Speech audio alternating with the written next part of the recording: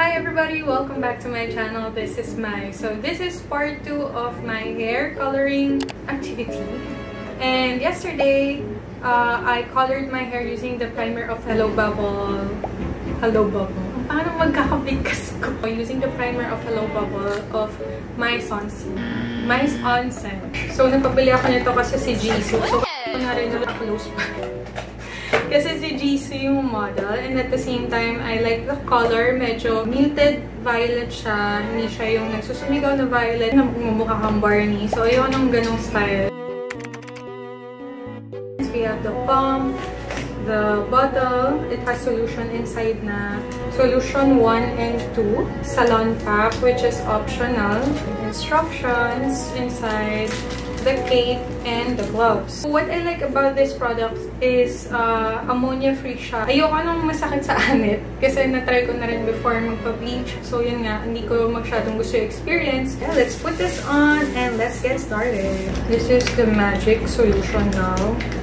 Nabili ko nga pala ito sa Shopee, yung primer at saka yung mismong metallic ash. Dapat circular motion yung pag-mix. So 20 times. Pag ganyan. Kailangan mo daw lagyan ng oil dito or tawag dito parang gel para hindi mag-stain dito. Okay, so ito meron akong lip balm dito. Lalagay ko siya sa hairline. Sa ears to. Okay. First step is to coat everything. Wait, itali ko muna kaya to. Excited na ako.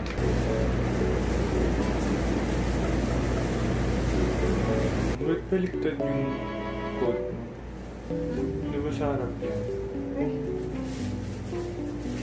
Ginaya ko lang yung nakikita sa YouTube. Maybe you can help me. Wait. Yung iba kasi sa YouTube. Tama. Siyempre.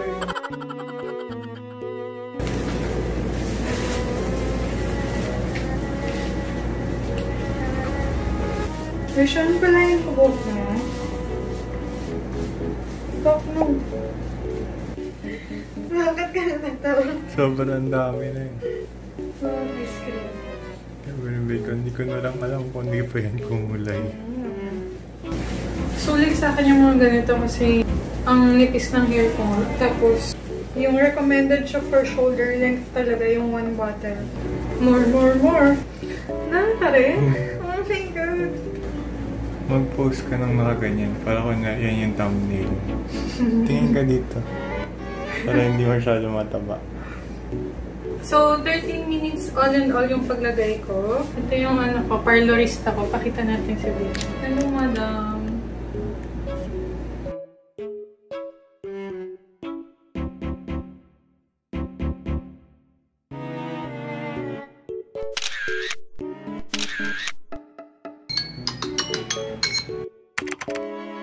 I'm gonna use this purple shampoo to rinse it off. Yan yung color niya.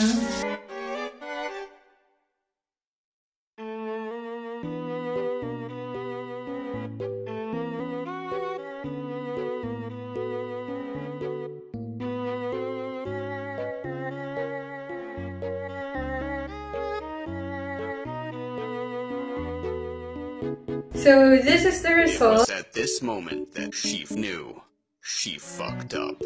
Of the metallic ash. Nag-color naman siya dun sa part na talagang na-bleach na and medyo blonde. But on this top part, ayan, medyo nag-stay pa rin yung color from the primer yesterday.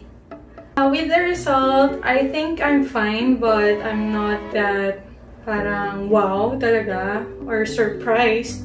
Siguro in-expect ko na rin na it wouldn't turn out that vivid. Pero dito lang sa dulo talaga. What I could advise if you want to try this is have your hair siguro bleached na rin kahit slight level lang. It would be more effective talaga pag na-bleach yung hair mo. Depende kung bleach yung hair ko at that time. And I'm brave enough to do it. Yung pag-bleach nga. Kasi masakit sa anit. And pansin ko on this color, the metallic ash, medyo nag-sting siya sa scalp ko compared with the primer. But so far, so good. It smells floral and it's gentle and easy to do. So, yeah. I'll see you guys on my next video. Bye!